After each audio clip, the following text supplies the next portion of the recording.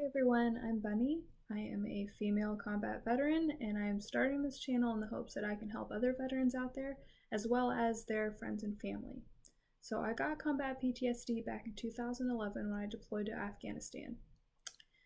I immediately started seeking help with therapists, but I was also in a lot of denial at the time. And it seemed to me the best strategy would be to just work so hard that I'd forget that I had any kind of problem. And I even convinced myself that I didn't have PTSD for a pretty long time. This all backfired, however, when I got injured, I think back 2014. I believe I broke some ribs, even though the VA claims that I didn't. All I know, I was in agony for 3 months and could not hardly leave my bed. For several weeks, I could not leave my bed. I lost a lot of weight, and after that, there was no denying that I had PTSD. It was very bad. I could not go to the store. I could not go to the social activities I used to go to. It was just too overwhelming for me, and I struggled with a lot of fear, and it all seems so unbased. Most of the time, my struggle is that I'm having a lot of emotions and I don't really understand why, or why they started, or what I should do to help myself. So it can be very challenging.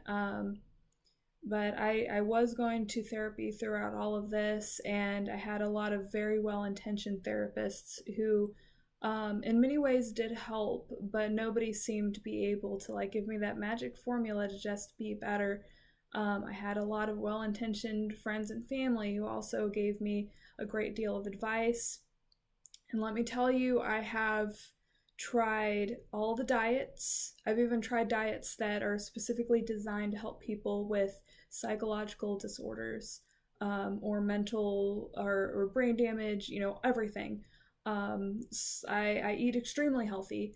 I exercise exactly as much as I can. I also got fibromyalgia about the same time.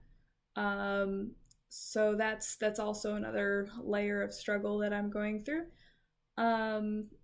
I have pretty serious issues socially. I think I handle myself really well in the moment in the situation, but what people don't see is how I have to cope with it afterwards. Sorry, I had to pause because of my AC. So anyway, I have a lot of symptoms of PTSD, and I don't want to go into all of them in this video because I was hoping to keep it pretty short.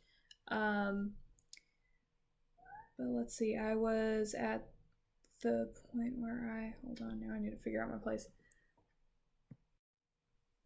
Okay, so at this time, I either lost or stepped down from pretty much all of my work. I was both self-employed as well as working for two other employers at one point. And after my PTSD really hit me full force, I wasn't really able to do much of any of that, or like I said, couldn't even go to the store. So pretty much lost everything, including the ability to stay in denial about even having a problem, which is a pretty big deal. Having PTSD in the veteran community is not necessarily something that is considered an honor, or it's something to be ashamed of. So people deny that they have PTSD because it shows a sign of weakness or whatever.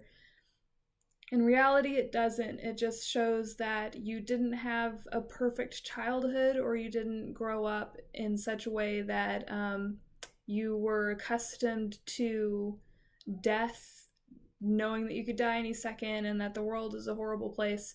So a lot of people come back with PTSD. Very few people have an ideal enough childhood to not come back at least a little scarred from combat. So I'd been through a lot, and so yes, I was gonna walk away with PTSD. So after leaving my work, I decided to try school, That is also extremely stressing for me. I've been going through therapy this entire time. Um, and I'm even trying more unique therapies. A lot of them are sworn by even a lot of veterans. So I'm still in the process. As a last resort, I did try medication fairly recently, and that backfired so bad for me. I was um, I was extremely handicapped by the medication. It took all of my energy.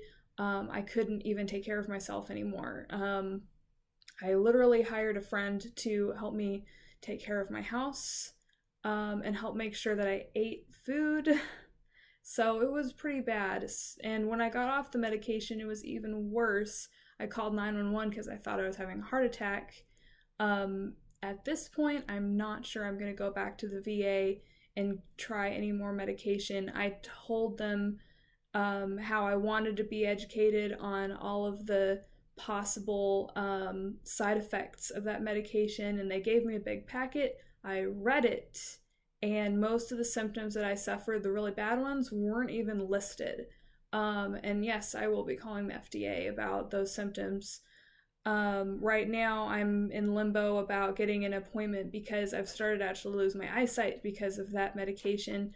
Um, and I had such little trust for the VA as it was, considering past events that I've had with them already. Um, I'm really not sure I have enough trust for them to try another medication. So this is particularly depressing for me, and we're talking. This is like right now. I'm waiting to find out whether there's permanent damage to my eyes, um, and and even the emotional impact of having withdrawn from the medication. And some of it's justified. It was my last resort to try a medication, and obviously it didn't work out. And also, it seems like pretty much all the other medications that would be similar are going to have very similar side effects for me. So that was really depressing. That I've tried literally all the advice out there, down to my diet, down to therapies, even my behavior each day, just trying to be motivated as much as I can. Everything. I there's nothing you can say that I haven't heard already. I've tried everything. And after the medication didn't work, the thing that I knew was a last resort because I didn't want to be put on medication, that was very depressing, to say the least. So I think I just need to be not okay for a while, and that's really the only strategy I have left. So I'm continuing therapy. I haven't given up. Um, it's just I can't explain the emotional impact of having tried everything and then knowing that there really isn't, it's out of my control.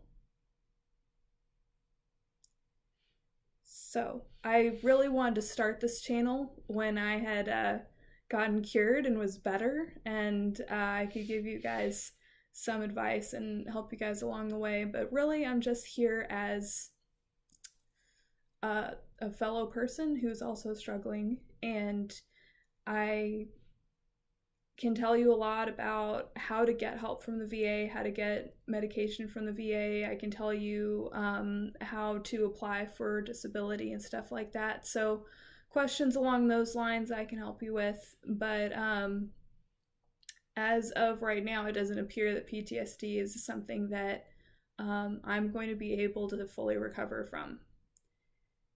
I hope I'm wrong. And that's another point of this channel, is to maybe see my progress over time.